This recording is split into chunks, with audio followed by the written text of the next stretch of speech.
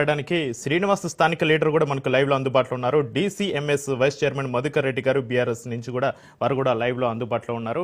అయితే శ్రీనివాస్ గారు మీరు చెప్పండి, మేడ్చల్ జిల్లా తుమ్ముకుంట మున్సిపాలిటీ పరిధి దేవరయాంజలు కొమటికుంట చెరువు కబ్జాకు సంబంధించి అసలు స్థానికులు మీరు ఏం చెప్పాలనుకుంటున్నారు? అక్కడ కబ్జా చేసిన వాళ్ళు ఎవరు? ఇప్పుడు ఇంకా తాజాగా ఇంకా కొంతమంది కూడా కబ్జా చేయడానికి అక్కడ చెరువు మట్టి లెవెల్ పోసి అక్కడ స్వేచ్ఛగా కట్టడాలు నిర్మించడానికి వాళ్ళ ప్రయత్నాల్లో వాళ్ళు ఉన్నట్టు కూడా తెలుస్తుంది.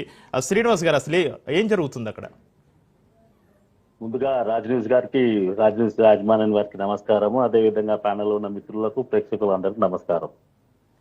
ఈరోజు మన కాంగ్రెస్ ప్రభుత్వం వచ్చి ఒక 1 year దాటుతుంది కాబట్టి ఇప్పుడు వాళ్ళు ఆల్రెడీ ఇది ఈ కుంట నీకు, ఈ కుంట నాకు, ఈ నంబర్లో నీకు సగం నాకు సగం అనే కాన్సెప్ట్ లా డిసైడ్ అయిపోయినట్టున్నారు బహుశా.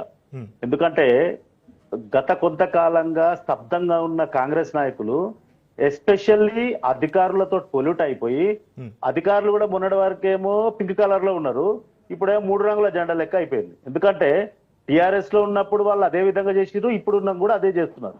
ఈరోజు కొమట్కుంట ఏదైతే కుంట విషయంలో ప్రకృతి రిసార్ట్స్ మీరు చూస్తే నమ్మరు, మీరు ఎక్కడో హైఫై ఉన్న ఫామ్ హౌస్లు ఎట్లుంటాయో అట్లుంటది. అంటే వీళ్ళు ఒక కుంటలో కూడా కట్టిన ఫామ్ హౌస్ లకు కూడా చాలా హైఫై వాల్యూ ఉంటది. నెక్స్ట్ వాళ్ళకు హై అండ్ ప్రొఫైల్ వాళ్ళు కూడా వస్తూ వెళ్తూ ఉంటారు. కాబట్టే వాళ్ళకు ఈ ప్రభుత్వ అధికారులు కూడా అండదండలుగా ఉన్నారనే మేమైతే పూర్తి అభిప్రాయంతో ఉన్నాం. అయితే శ్రీనివాస్ గారు, ఇది పూర్తిగా FTL లో ఉన్నట్టుగా తెలుస్తుంది. FTL లో ఉంటే పర్మిషన్ ఎలా ఇచ్చారు అధికారులు? మీరు వెళ్ళి క్వశ్చన్ చేస్తే అక్కడ అధికారుల నుంచి ఎలాంటి సమాధానం వస్తుంది? శ్రీనివాస్ గారు, యాక్చువల్ గా మీరు ఒక విషయం చెప్తే నమ్మరు సార్. ఇరిగేషన్ కి సంబంధించిన జిల్లా అధికారులు FTL ఉన్న వాళ్ళకు NOC ఇవ్వడం పూర్తి మూర్ఖత్వం, అదొక విధంగా దౌర్భాగ్యం కూడా అనుకోవాలి. ఎందుకంటే ఈ రోజు FTL లో ఉన్న వీటికి పర్మిషన్ ఇవ్వడానికి మొదటగా NOCలు రెవెన్యూ వాళ్ళు ఇస్తారు, ఇరిగేషన్ వాళ్ళు NOCలు ఇస్తారు.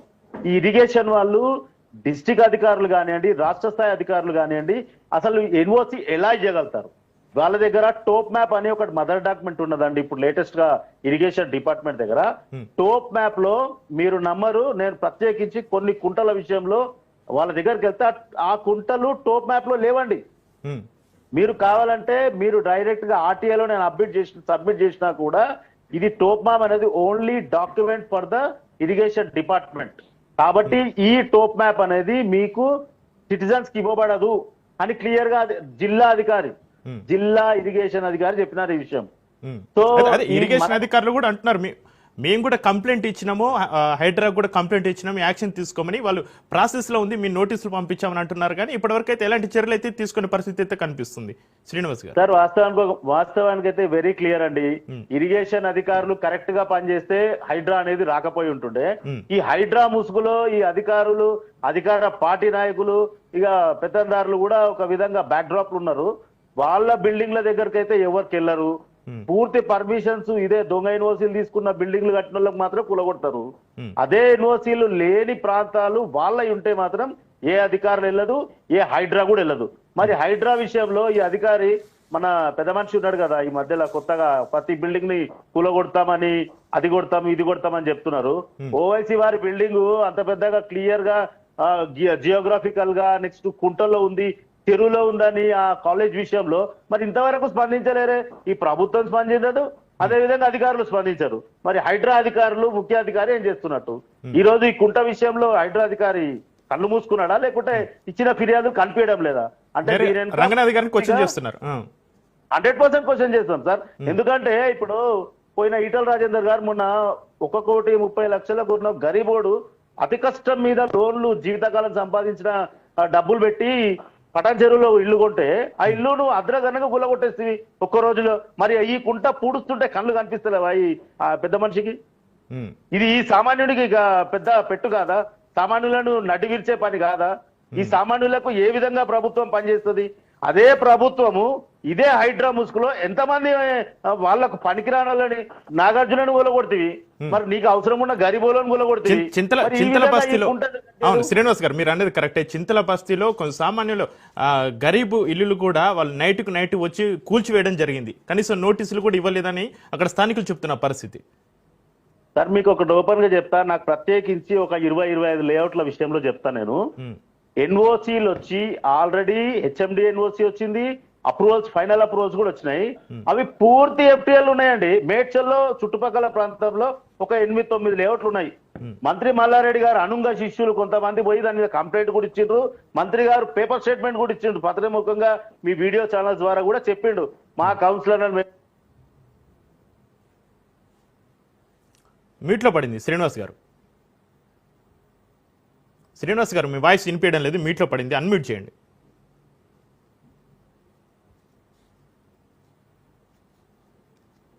శ్రీనివాస్ గారు. Sir is clear.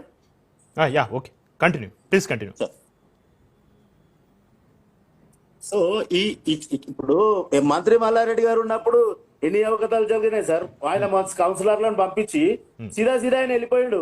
కౌన్సిలర్లు అందరూ 8-9 మంది కౌన్సిలర్లు చుట్టుపక్కల వాళ్ళు అందరూ వెళ్ళి ఆ లేఅవుట్ మీద కంప్లైంట్ ఇచ్చిండు. తర్వాత సెటిల్మెంట్లు ఏ రూపంగానే జరిగినాయి. మరి ఈ రోజు అదే కాల్ అట్లనే ఉంది. ఆయన 8 ఫీట్ల 10 ఫీట్ల గోడ కట్టి పెట్టిండు. అందులో కొన్న ప్లాట్లకు పర్మిషన్స్ అయితే రావు.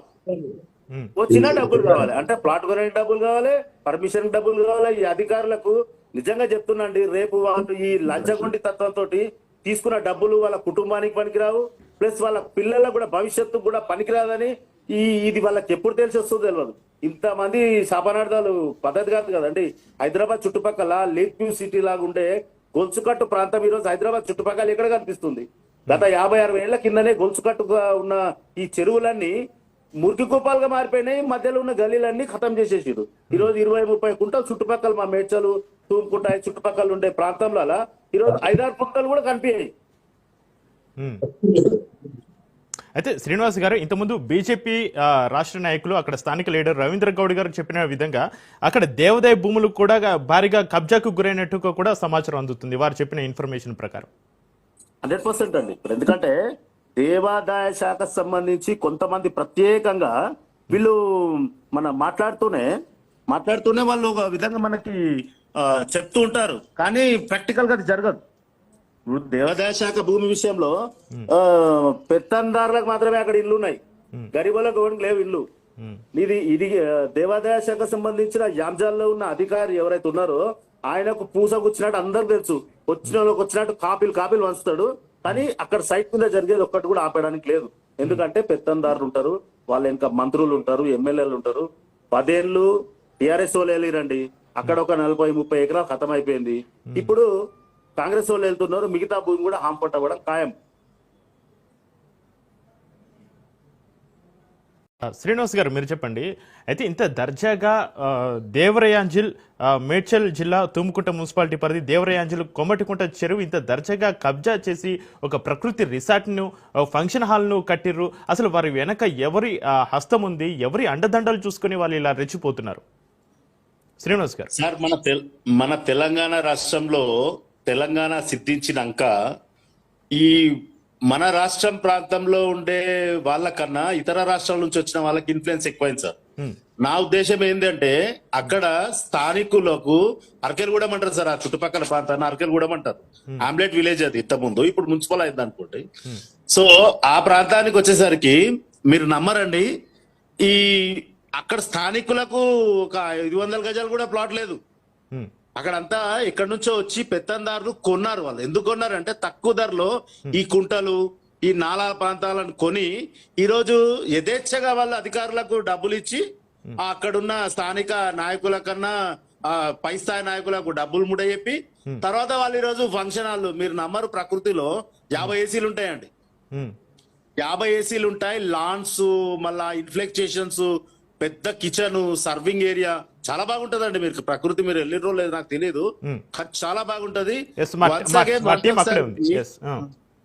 మీకు మాత్రమే ఒకటి క్లియర్ గా చెప్పాలి సార్, రాజ్ న్యూస్ ఏది పట్టుకున్నా గట్టిగా పట్టుకుంటది అనేది ప్రజల విశ్వాసం ఉంది. కాబట్టి మీరు ప్రతి నాయకులకు గాని ప్రతి అధికారులకు గాని బరాబర్ మైక్ ముందు పెట్టి అసలు ఈ విషయంలో మీ పాత్ర ఏందనేది కూడా క్లియర్ గా అడగాలండి.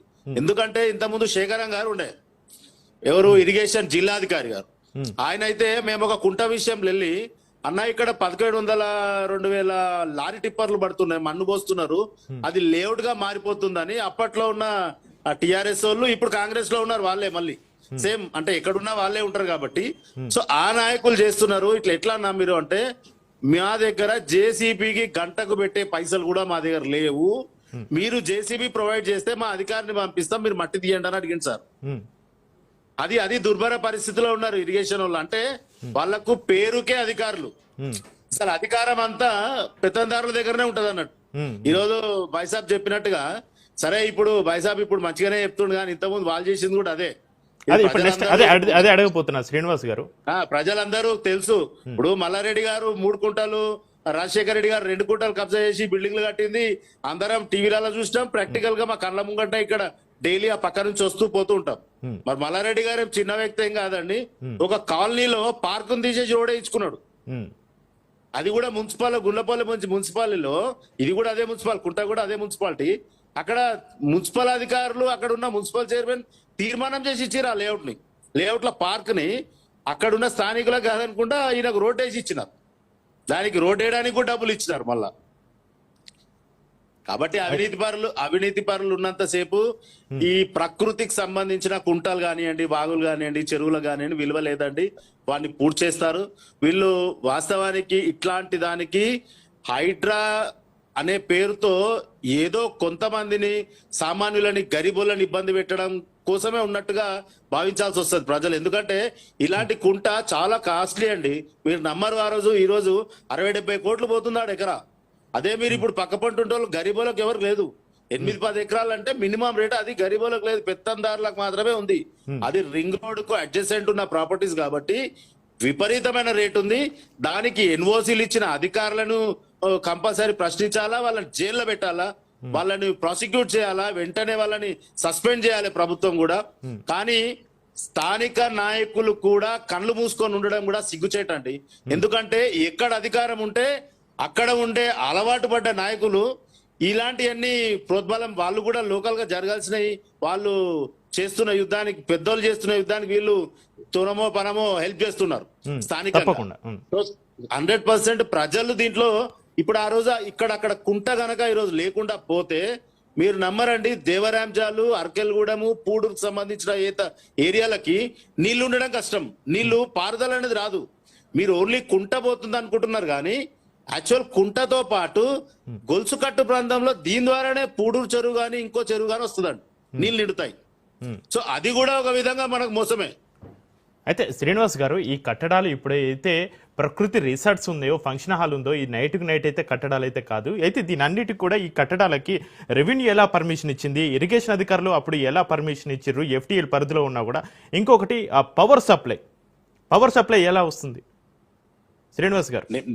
నేను అదే చెప్తున్నా సార్. ఇప్పుడు మనకు ప్రస్తుతం ఇక్కడ మార్కెట్ లో ఏమైపోయిందంటే, ఇప్పుడు అధికారులు ఇరిగేషన్ కు సంబంధించిన నాయకులే ముఖ్యంగా ఇప్పుడు శిక్షార్హులండి దీంట్లో.